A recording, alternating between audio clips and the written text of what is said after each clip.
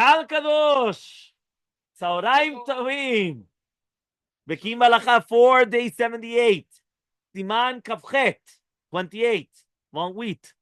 Yeah, 194, page 194. Halacha He. Yeah, it says like this. Isur esech hadad min atfilin yesh omrim shu min haTorah v'yesh omrim d'Rabbanan v'nitpael ba'akdama. So we already explained in the introduction. Ha'im isur esech hadad, ha'im ze doraita or d'Rabbanan. והסברנו את זה כבר בהקדמה. ובגדר איסור זה מתי נוהג? מתי זה נוהג? מחלוקת הפוסקים. יש אומרים שהאיסור אינו כשומע בשחוק וקלות ראש. Some people say, listen, you're laughing around, talking about חברותות and all those things and all that. So then it's for sure esech hadad. Because ויש אוסרים, but some people say, כל esech hadad מן התפילין, even if you're not doing that, you're doing something else. Boom, you already have it. It's proper to be חושש for דבריהם. ולגבי נהיגה ברכב עם תפילין.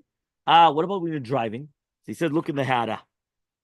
Okay, הלכה ו' שיעור זמן הסך הדעת. Some people say that it's שיעור כאילו ילך כדי הילוך 100 אמה, which is basically 54 seconds.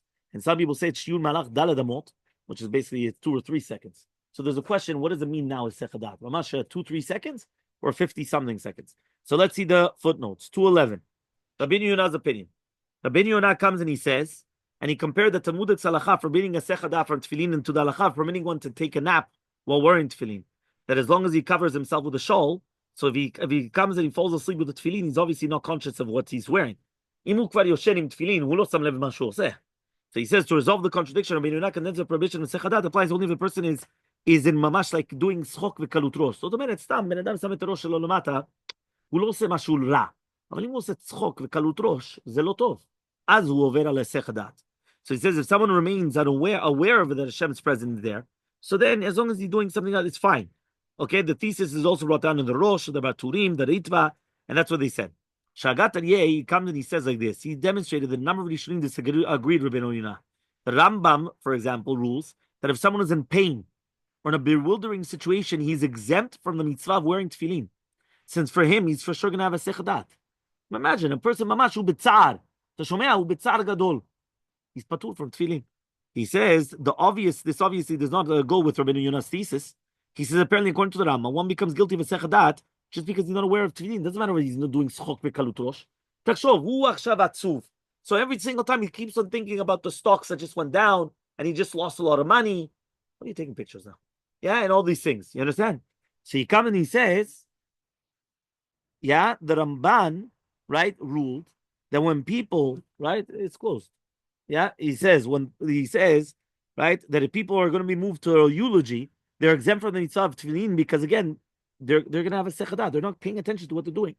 So in practice, he says, the Beit Chadash brings down that although Rabbi Yonah ruled that one does not transgress the sin of a sechadah unless one engages in tzchok v'kalut rosh, he says the ideal way of doing mitzvah is that you don't forget bichlal of it. So that means even and the Kavalim also cited the poskim also that according to the Oziel HaKadosh, we go according to the stringent opinion. And the Pech David also brought down in the Kavalim also discussed whether a scribe may concentrate on examining the Torah scroll while wearing the tefillin. So he says also the same thing, it could be a problem. The Od Yosef Chaim Chabura also recommended you should be stringent. So basically, לא עדיף שלא, אבל השאלה האם הוא כבר עובר על זה, יכול להיות שכן, לפי השיטות החמורות. זאת אומרת, אל תתחיל לחשוב על, אתה יודע, הנולולו שלך וכל הדברים האלה. תחשוב, יש לך תפילין, זה קדושה, זה לא הנולול. Okay? Fine. Driving. Are you allowed to drive? So it says, Kut Yosef says that technically it is permissible for a person to drive home when he has a tefillin, as long as he's careful not to have a sechadat. Nevertheless, he says, he recommended that it's not good. He says if they need to drive to the synagogue, they should not put on the tefillin until they arrive to the synagogue. It's because according to the Oziel HaKadosh, he's stringent. So you're probably thinking about the driving, not about, you understand? So he says technically there's not a problem to rely upon Rabbi Yonah, but according to the other poskim, you should still be careful. So again, on the other hand, there's a great merit of putting on the tefillin at home, and then you come to the synagogue. Very few people actually do that. So he comes and he says, if it's going to be a few minute, drive, so then technically you could probably be relying upon that. But if not, you should be careful.